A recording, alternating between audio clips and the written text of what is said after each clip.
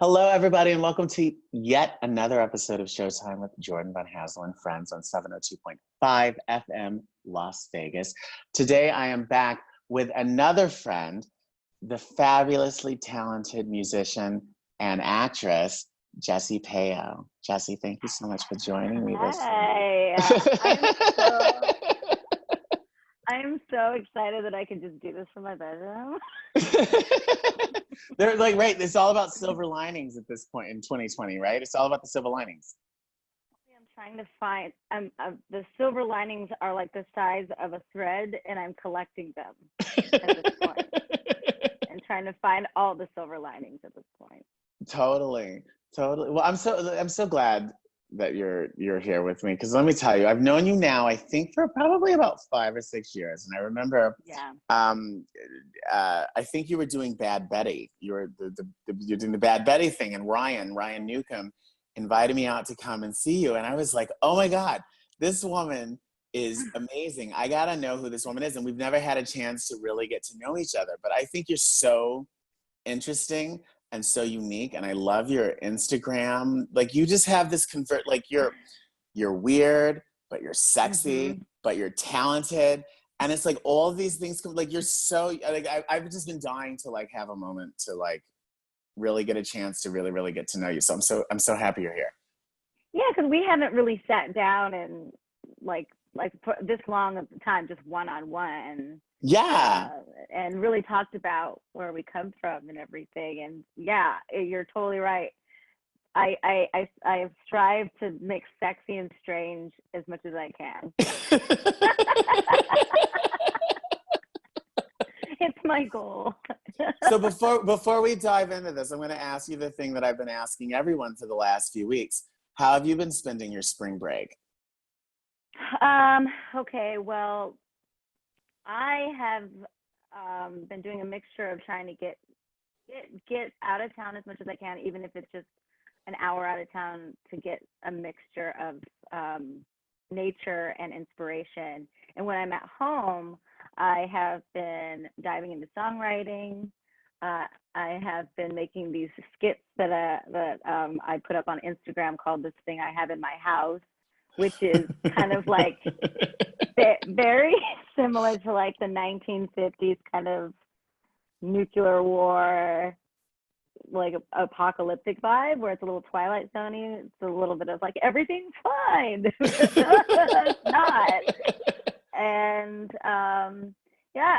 I've been painting a lot. I did this thing called the Community Arts Project LA, where my friend Ali Fuderer had cultivated all these different groups of musicians from all over the world and put us into groups of 4, and we all made songs from all over the place remotely.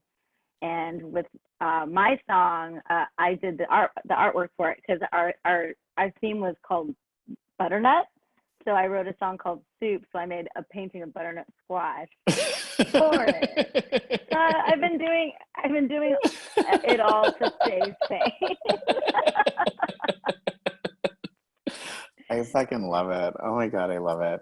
So I guess, because everything you do, like what I've always found fascinating, I remember having a conversation with Creighton about this, about you. I was like, she's so unique, because every time, I think the only times that we've really hung out, there've been a couple of times, like maybe they've had parties or something, but I feel like I've come to a couple of different of your events or your shows, and you have like all of the, like, it's like you have like burlesque Jessie Payo, and then you have like rocker Jessie Payo, and then you have like singer-songwriter Jessie Payo, and then you have like character actress Jessie Payo.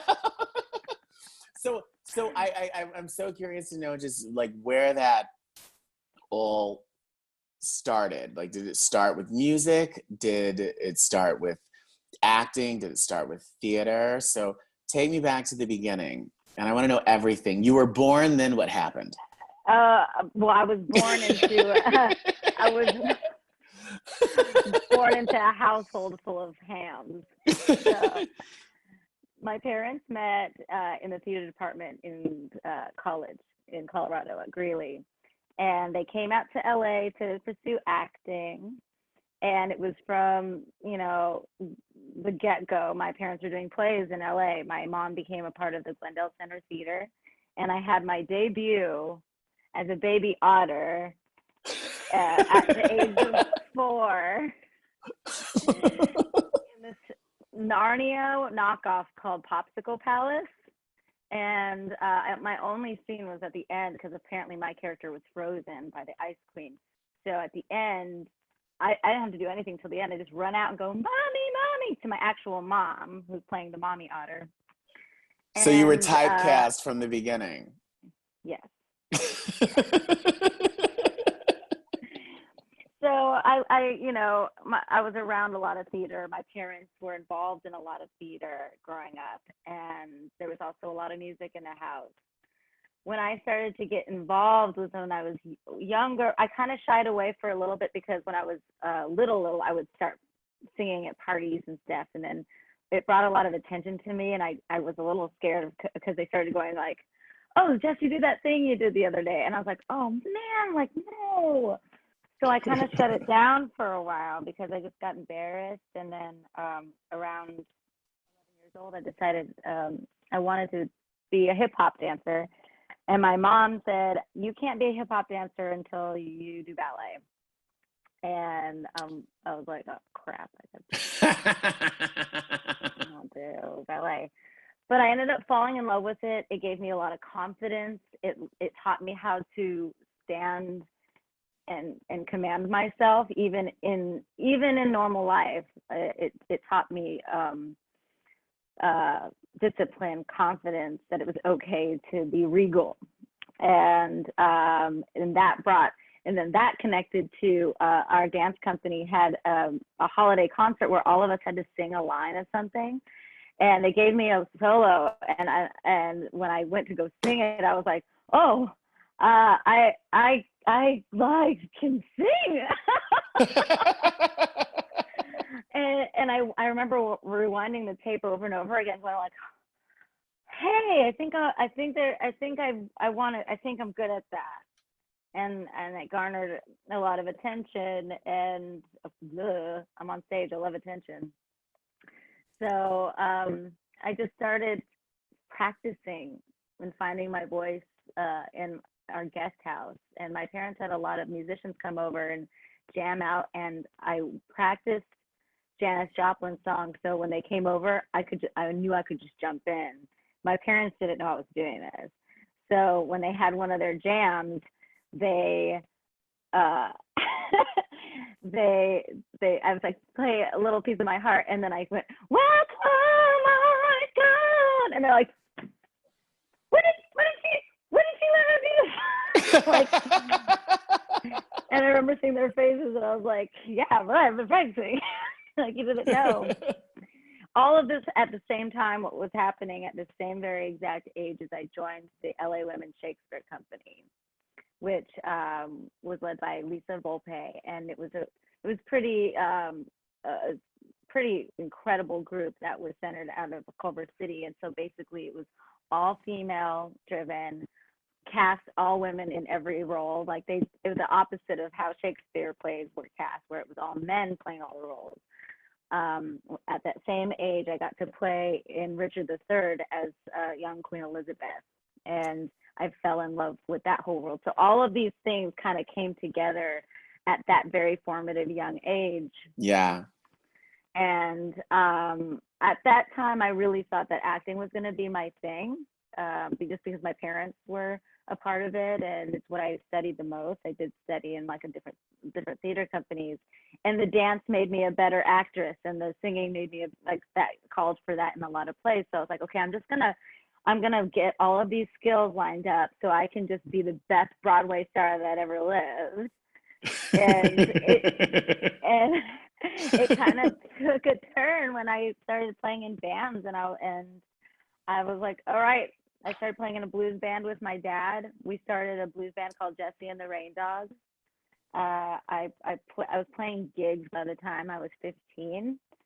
I'm like trying to wrap my brain because all this. I think that's so funny though, because most people would be mortified at the idea of starting a band with their dad. I know. Well, I was like, I was such a weird kid that hung out with their parents. I was like, I don't get kids my age. I don't hang out with mom and dad and their Are you an weird only friends. child? I have a brother. Older or He's younger? 2 years younger. Mm. Yeah. Is he an But entertainer as well? no, but he's probably more, he's probably one of the funniest people I know, and better actors, and better music taste than me. He just tends to keep it to himself. I'm living very outward. He's a very inward person. Yeah. And that's what it was like growing up. But he and I would have our own. We were, both of our parents worked a lot, so we would end up putting our own stuff together growing up. I was always casting him in videos that I would make, and like radio shows, like, all right, come on, there's a show right here, and like he would join in. So I did a lot of blues music. I was determined to be a blues singer after that. I got to open up for Etta James and Pinetop Perkins. And How awesome is that? yeah, I was pretty set on making that happen for me, but this was the time that it was all bubblegum pop coming up. And every industry person that I performed to that came to my shows said that I would benefit more from jumping on that train. And I was like, absolutely not. I'm not going to do that. So I just kept on gigging and doing all of that. And I kind of gave up on the acting part for a little bit. I had applied for a scholarship to Cal Arts to do acting when it came time to go to college, and I got in. And I realized that I didn't want to pursue that. I was like, I've been doing music all throughout high school. I get to choose my identity in music. I get to shift through all these different personalities musically. And so I decided to go to Berklee College of Music, and still kept dancing, but like music kind of became the number one focus, and I put the acting away and I put the dancing away. The dancing came back throughout doing music because I started producing burlesque. and the acting kind of just started coming back by just sitting in my room.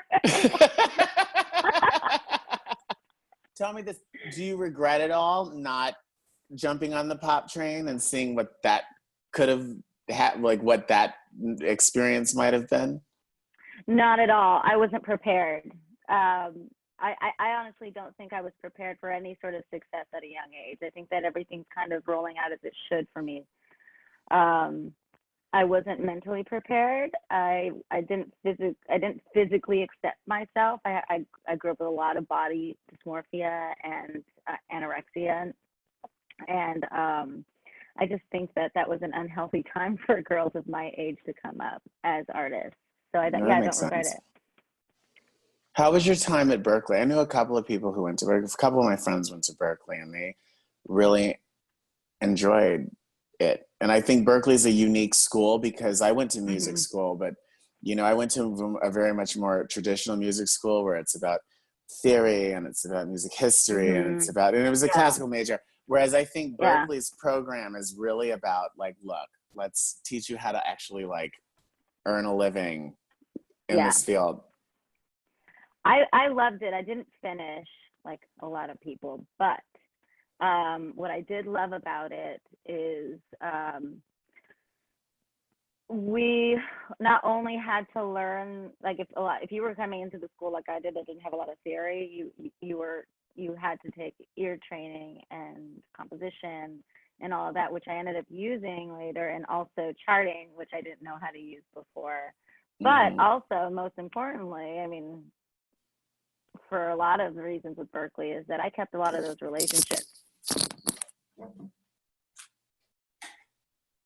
And I was able to still work with people that I went to school with. So I'm still very close to people in my class. Yeah. Even though I didn't stay, because of their networking system and everything, we were able to just keep in touch and nurture those relationships, business-wise and, personally. Yeah. And what I loved about it too, that was outside of the school, is that I had so many resources to artists and venues. Like we would all like perform at different venues outside of the campus, and then I also met a lot of musicians around Boston. I love that I went to school in Boston. Yeah. Was it Yeah. a culture shock? Because so I spent like my teens and early 20 and my whole adult life Yeah. in New York. I didn't move to LA until I was in my 30s. And I think Yeah. like, oh my God, if I like came of age in LA, I would be a totally different person than had I not chosen to go to New York first. Was it a cult, like being like born and bred in LA? Was that like going to the East Coast like who the hell are these people? There was definitely a culture shock, but I think it was the culture shock that I needed. Yeah. It was so, because LA is such a new town, and Boston is completely different from that.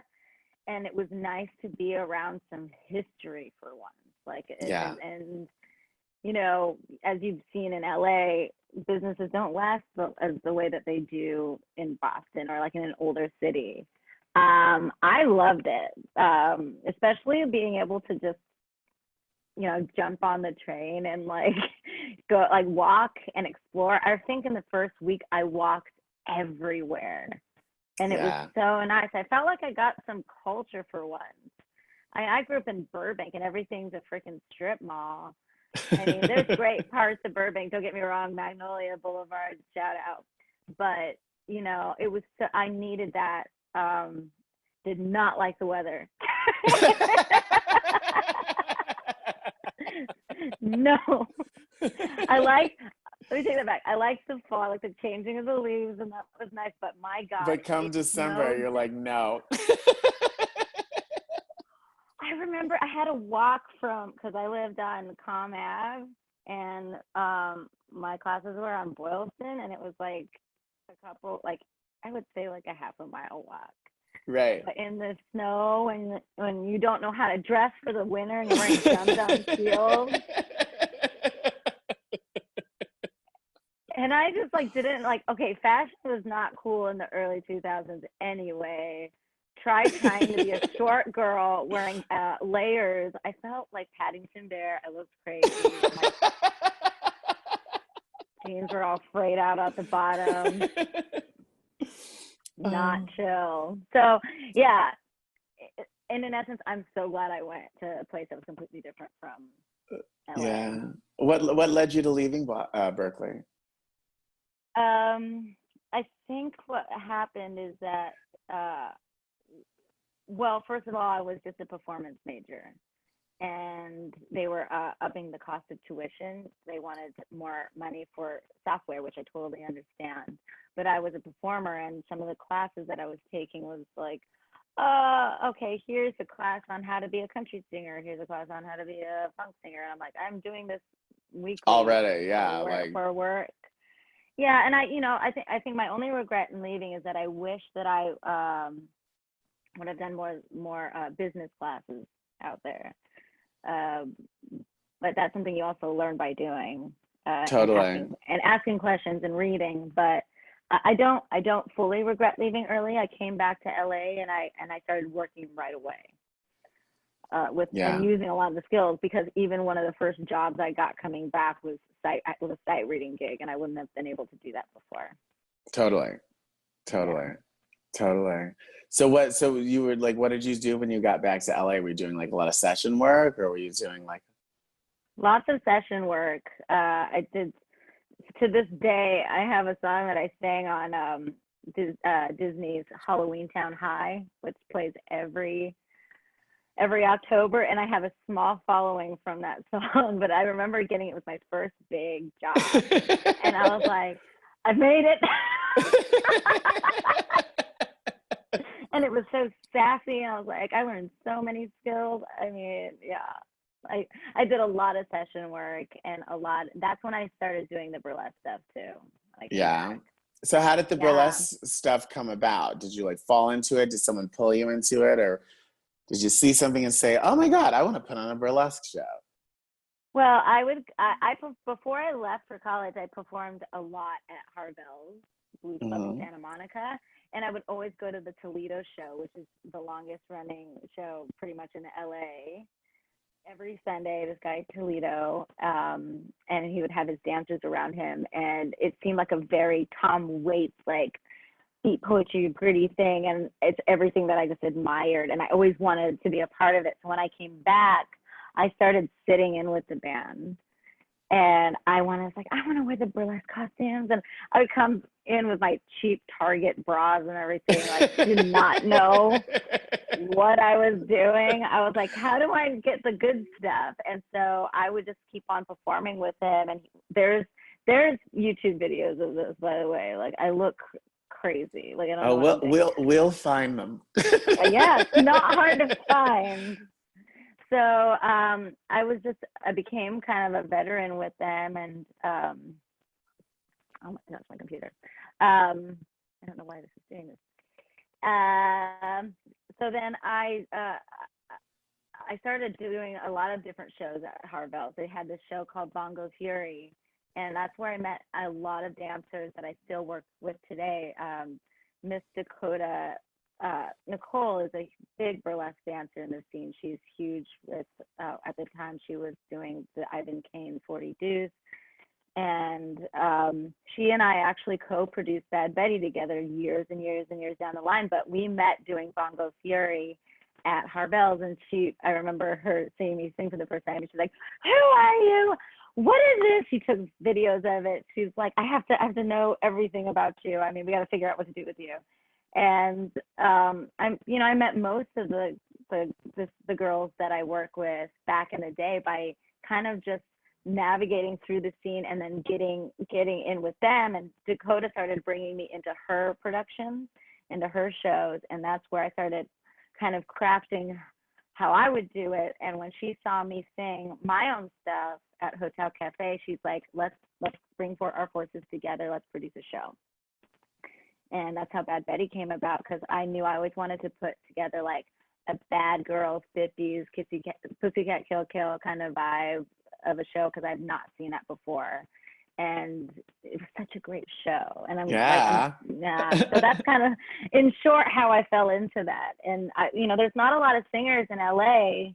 It's me, and for the most part, it's me and this other amazing singer, Lindsay Halderson, that usually do those gigs. I mean, there's not a lot of us out there that can like combine the dance and the burlesque and the singing together. And I'm really grateful that I get to have that experience. Maybe one day again. Yeah, well, because I find, and maybe, I mean, I've been in LA for 6 years now, and I find that musically, it seems like LA is a sort of a narrow scene. Do you know what I mean? Like I remember one of the things, like when I first saw you, I was like, oh my God, reminds me of like when I was in New York, because people are more theatrical, and like, whereas I find here, it's like you're either kind of like a singer-songwriter, or you're like a rocker, or you're like trying to like get to the top 10 and you're like a straight up pop star. Like it's like totally. I don't feel like there's necessarily an audience, or there's like a lot of venues that allow people to really just kind of do something that's out there and just be creative, and something that's like left of center or whatnot. Well, I feel like because this town is so centered on people kind of auditioning at you, it's very rare when people do something that's for the sake of just an art project, because you also have to make money off of it. You also have to like get the audience in, and it's very rare to produce shows like that, because for one thing, it costs a lot of money to put on a show like that. And especially that's what I've loved, is seeing all of like the what are those shows, for the record shows where they take like they did the Boz, and like they did I saw the Boz show when they did that. And it was like, first, because I got to see the the 80s one, I forget Oh, what it's called. Hughes, the Yeah, director, right? the John John Hughes one. Hughes. Yeah. My friend Kenton was in it, and Kenton Chen, he was so incredible. And it was the first time I saw one of the shows. I was like, oh my god, like, oh, this is it. This is where I come from. This is what like brought it to my blood in the first place. I was like, hell yeah, like production value, like they rehearsed it, it was executed right. Because there's so many times where people throw things together Yeah. and people applaud it, and I'm like, you clearly haven't seen what good theater is. Mm-hmm. There's not a lot of substance, I've noticed, Yeah. growing up here. So yeah, but that kind of stuff always really inspires. Yeah. I have to backtrack. My growing up, my dad produced, wrote, and like co-directed a show called The Barry Ivy Show, and it was a fake late night TV show that happened in Los Feliz every Saturday night at 11:30.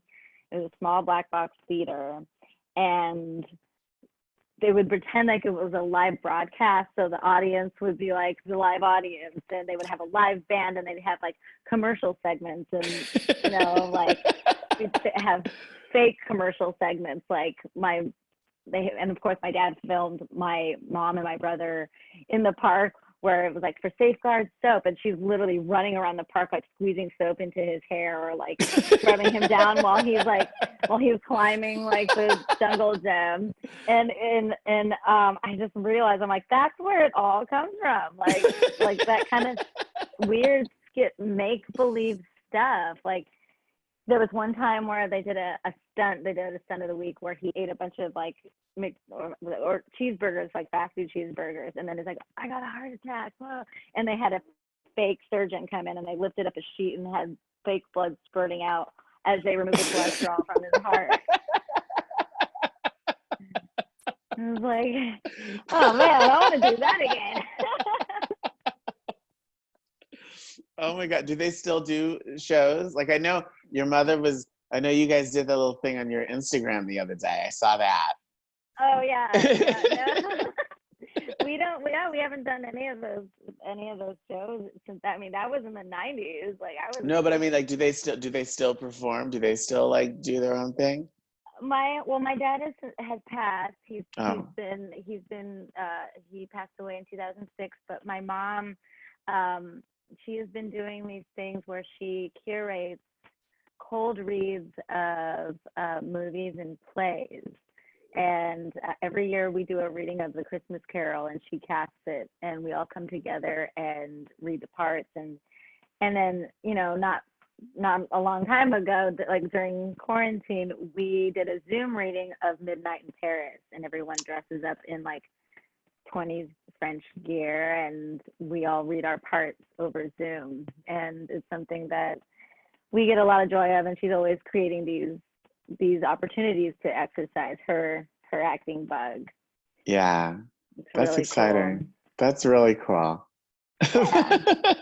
So So so you did the Bad Betty. Well, Bad Betty came later, but so you got into burlesque, and so then like what mhm. came when you got out of school? Like, did you come out like with like a, because we all, especially when you're younger, you like think like, okay, I'm gonna do this, I'm gonna do this, I'm gonna do this, I'm gonna do this, then I'm gonna win a Grammy or an Oscar or whatever I'm gonna do. And then life, Yeah. turns and twists, and then you find you like things that you didn't know you liked, or you find so like when you came out of school, were you like thinking like this is my plan? What were you thinking at Oh man, see, this is where that time? I did not have a plan, and I kind of just flew by the seat of my pants.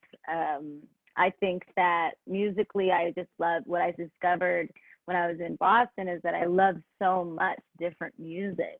So I just didn't have a plan, and I kind of lived like a free artist. And to be perfectly honest, I think that when my father passed, because he was such an integral part of my upbringing, is I kind of got lost, and I I just started playing gigs, and luckily I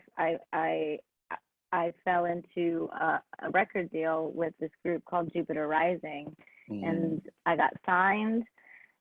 But it was music that I didn't necessarily write. It did teach me how to write pop songs. We had some success. We had great success. My partner was Spencer Neasy, who still is quite an incredible producer. But it was unfair to that project because I came into it because I was going to make money and tour, and I always wanted to tour and make money as a musician. And after my dad passed, I was like, I'll take anything, whatever. I how was that presented to you, or how did that opportunity come about? Well, I was the backup singer. Okay. And the lead singer, so the leads were Spencer and this artist 80 Bug, and they had already written a full record, and I came on as the backup singer for their live shows and tours. And she had some stuff go on with the label, and they said, "Hey Jess, do you want it? It's yours if you want it." And I was like, "Hell yeah, fine, okay. yeah. Yes, I want it." And I'm glad I had the experience.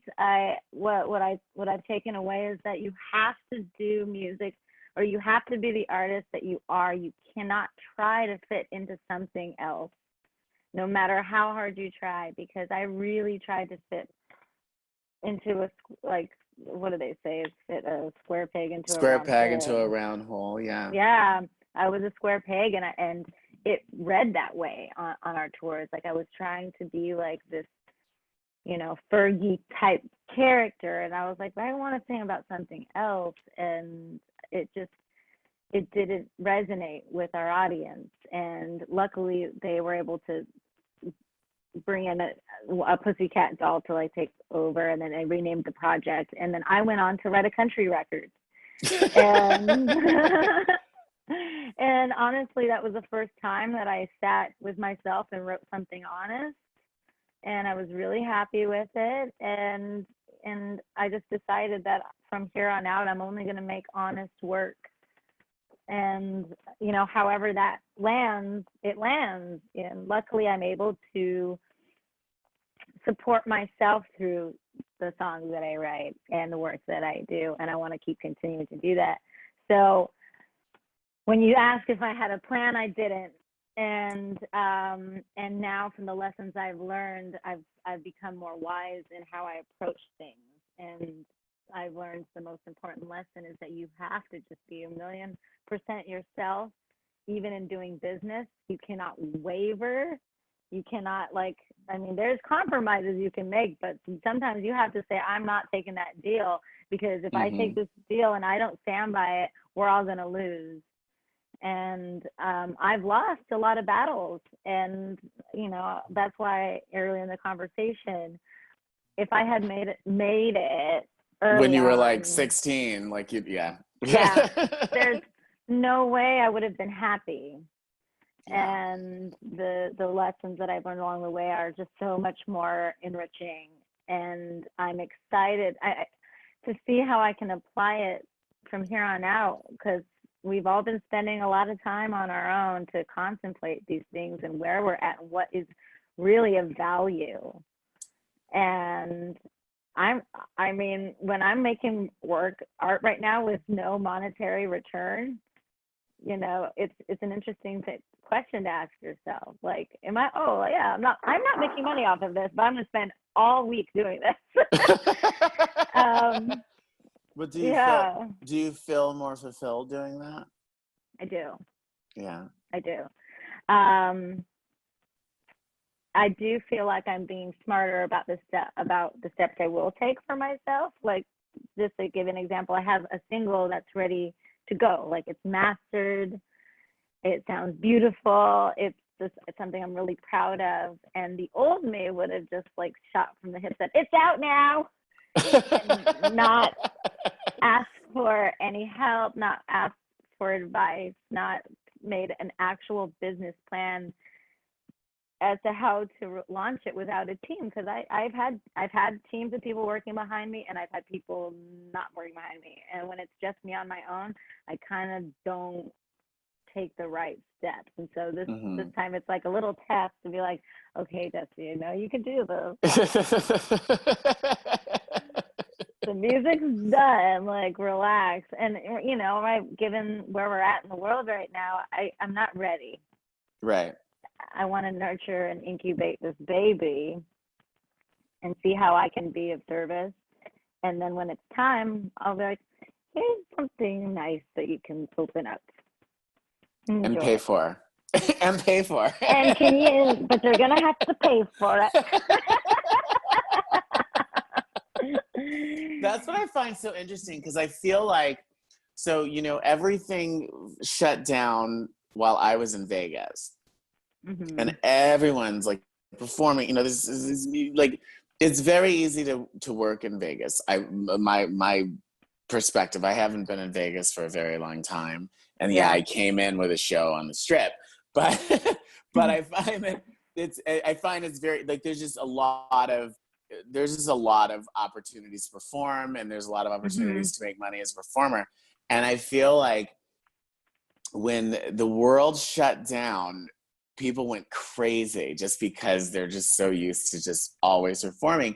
And I found that within 3 weeks, I would open up Facebook and it's like, oh my God, everybody is singing at me. Like, why is everybody singing at me? But I also thought, because another friend of mine was like saying like, oh, you should do a stage it. You should do a blah, blah, blah, blah, blah, blah. It's, you know, but I also think like, well, you know, if once upon a time you paid X amount of dollars to come into a theater or come into a nightclub, and you had to pay for your 2-drink minimum to see me, am I devaluing myself by just giving it away on the internet? Right. Yeah. You know, and and so just thinking about what you were just saying about like, okay, I have this project, and it would just be so easy just to let it go, because everyone's doing that right now. Having that restraint, I think, is really important. Important for your brand, important for your your value as an entertainer, and even though as an artist, you shouldn't say it as a commodity. Like I think that you're very wise in that. Yeah, I think that it kind of equates to why I usually don't like to talk to the audience before a show. Mm-hmm. You know what I mean? Because to have a little bit of that mystique and allure really helps. I mean, that's the excitement. That builds the excitement. Yeah. You know, I understand that there's also that line where people, when they, you know, are looking for relief, and if some musicians kind of can offer that a little bit, I understand that. But you know, there's all different levels of it. I think that for me, I'll occasionally do a live stream on my Facebook, because I have a lot of fans there that I haven't really engaged with that are from all over the world. So, you know, occasionally popping in and saying, how you guys doing? Okay, I'm going to do those few songs that you like. And then here's my Venmo. Like, support me. All right. But it's like, it's cool because these are people that have followed me from day one that I've kind of not been paying too much attention to, because I wasn't a big Facebook person. But I kept that side, and I'm glad that I can reconnect with these people that have been so supportive throughout all these years. It's just not, it's a very fine line of giving it away and also checking in. Yeah, totally. You're very good. And this is something that just over the course of the time that I've been doing this show for 702.5. Speaking of staying employed, 702.5. Like, my social game is really horrible, because I find that trying to find that balance of like creating a mystique around what you do, but also like getting people to respond to what you do is very difficult for me. And I think you do a very, very good job of it on your Insta. Like, if you were to describe, like, I don't know if you if you sat down and really like figured out like, this is what the Jessie Payo brand is, and this is what the brand filter is, and this would be an appropriate post, and this would not be appropriate post, or do you just kind of just wing it and go by your gut? That's a good question. I think that most of the time when I post something, I'm like, well, would I think that's cool? And like it's like a little thing where if I'm gonna be the obligatory thirst trap, might as well have a very self-aware caption about it. Like, I'm doing this because I can't flirt right now, and this is how I look. I want to enjoy it. Take it in, drink it up. It's me, it's my body. It's not gonna live it forever. I just want to make sure that it's a mix of it, and also like, yeah, the whole singing at me thing is, I'm on board with that. One of my least favorite things is seeing people singing at you, like, I'm in so much pain and I'm singing. Oh God, no.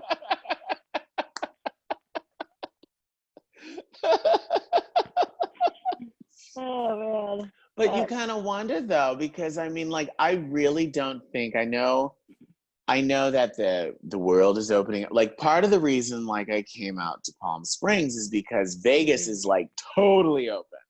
Oh my God. On the 4th, the casinos reopen, and the guy who owns the D Hotel, he's announced that he's giving 1,000 free flights to Vegas to get people there. And my first thought was, okay, it's time for me to get the hell out of Dodge. Yeah. See what happens. Yeah. I'll be back. But it makes me nervous because I've primarily, like, I've released one album over the last 20 years. I've primarily, like, I've not done much TV. I've not done much film. Like, I've primarily made my career doing live theater, doing live music. And it's really, I mean, I find it really scary because I really don't think that live entertainment as we knew it is going to be back for a very, very long time. How are you, like, what do you, like, what, like, because I know you perform live all the time. So like, where are you with that, and like kind of reconfiguring, like, okay, this is how I've always operated. How can I, change it up in light of, where we are in the world? Well, I mean, to be perfectly honest with you, I was performing up before all of this a lot in like kind of the hotel bar situations or like the corporate gig situations. And to be perfectly honest, I was a little burnt out on it. Okay. And I wanted to do, on the other side of the coin, what's really heartbreaking for me is the touring aspect.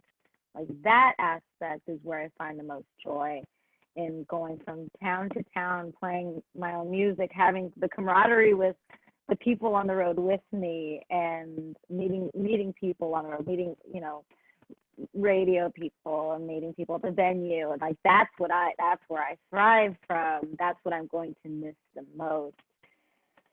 I think that for now, just so I don't lose my mind in utter depression about it, like, is to just keep on writing and performing, creating my own aspects of performing. Like, I can still perform. Unfortunately, I don't get the audience like I used to for now, but I can. You can get creative, even if I set up, if it's not a live stream, I can set up my house and it'd be like a cabaret and make a little concert of some sort, and like be creative in that way. And then in the meantime, hone in my writing skills and keep on that part of, the creative expression going.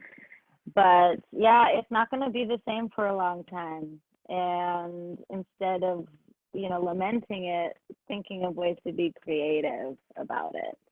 I know that a lot of people are doing like drive-up concerts and stuff, and that's cool. But I don't see myself doing that anytime soon. Maybe down the line. But right now I'm just like focusing on making sure that I'm treating myself right, for one thing, because this is a mentally challenging time, and I'm focusing on the recording aspect of it. Yeah.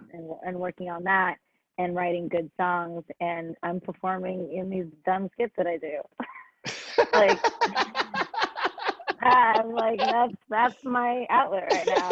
It started as a strange little thing, and I'm still doing it. Well, I'm holding off on releasing the next batch of segments just because I just want to kind of take a break from. So like, what's it with regards to your skits? Like, I've seen you with a mustache. I've seen you with.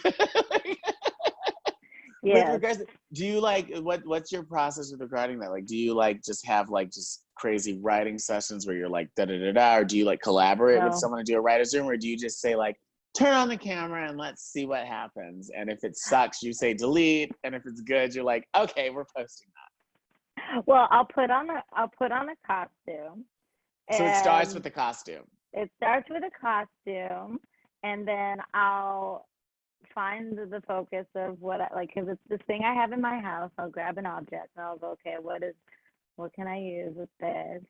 And then I'll try, and I'll just off the cuff go, oh, here's a sprinkled cupcake. This thing I have in my mouth. It's probably the last of them for a while because I have to wash my finger. You know, and I'll like run it a couple times, and then I'll something will come up, and I'll go, oh, I'll keep that, and I'll combine it with that. But it's never really, I never really sit down and go like write down anything. The only time I wrote down anything was when I did a multiple character one, and I just had to write down what their costume was and what their prop was. Yeah. That was it. Yeah. That's so awesome. How did that even come about? Like, did you like? Because it's so funny. I remember the first time it popped across my feed, I was like, this is the most ridiculous thing I've ever seen, but it's the most, but at the same time, it's like the most obvious thing I've ever seen. Like, it's so obvious. Well, the way it came out is my friend Allie, who I like just spoke about earlier.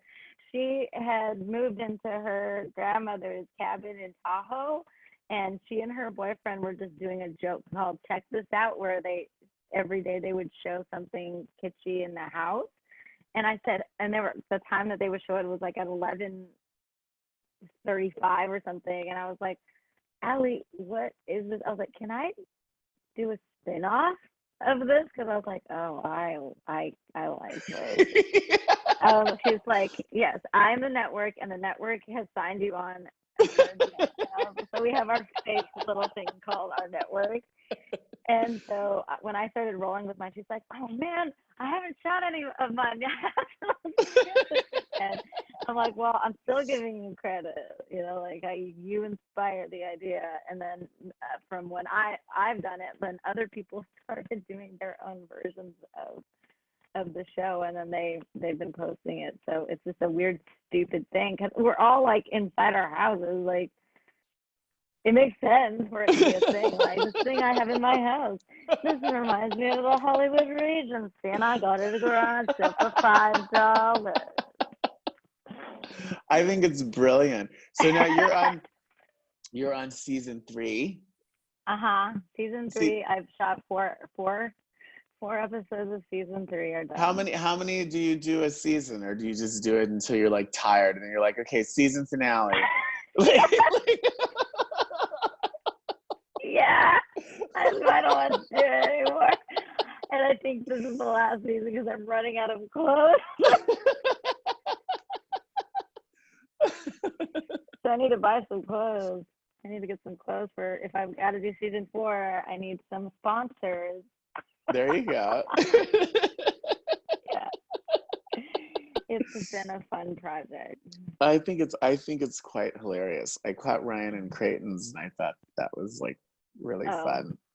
They gave me 2 episodes. It was wonderful. They did 2? I only saw the 1.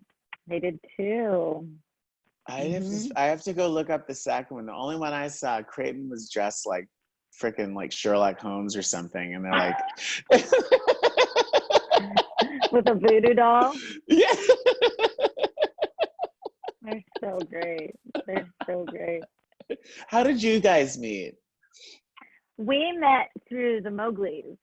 Okay. So, my ex-boyfriend used to be in the Mowgli's, and I remember the night I met them at the Wiltern. They had just played a show, and I had just played a show, so I was all my burlesque stuff. And I remember walking backstage, and they literally just like They're like, hey, you, come here. they're like, who is that?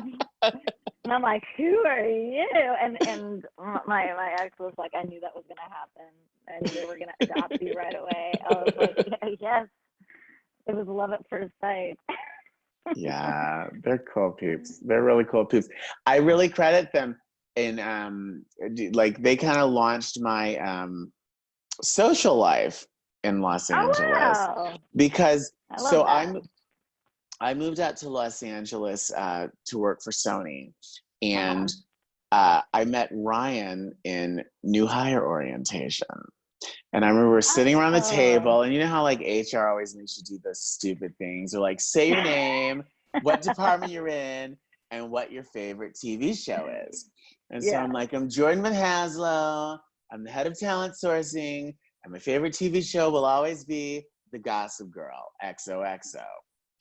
That was the end of it. That's it. Cut to like 2 weeks later, Ryan emails me through the company system. He's like, hey, Leighton Meester's gonna be at the Troubadour. Do you want to go? And I'm like, yeah. And that was like first. I was like in LA for 2 weeks, and like that's kind of. They're so great about that. Like they like friends like that just like always doing something and saying like, come and meet my friends. And like I remember when I met you, and they're like, oh, we'll just arrive at Jordan's house, and he's just in his kimono and like just looking fabulous all the time. And I'm like, oh, I need to know. I need to know you.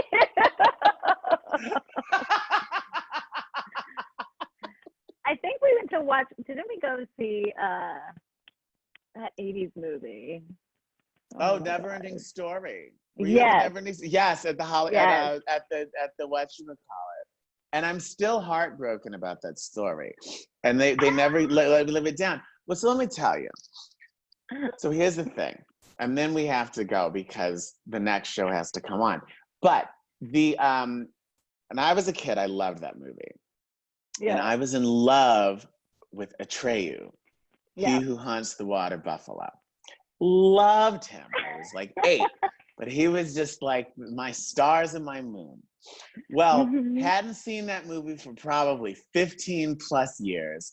One day, I like happen to be flipping through the channels, and I see the Never Ending Stories coming on. And I'm like, oh my God, the Never Ending Stories coming on. Atreyu, I love him. So I like run to the kitchen, I make popcorn, I mix myself a martini, and I'm like sitting here watching the movie, and it's like so good. And then finally we get to the scene where they're like, our world is dying, only he who was. And I'm like, okay, here comes Atreyu, here comes Atreyu. And like the crowd parts, Atreyu walks out, and Atreyu's 12.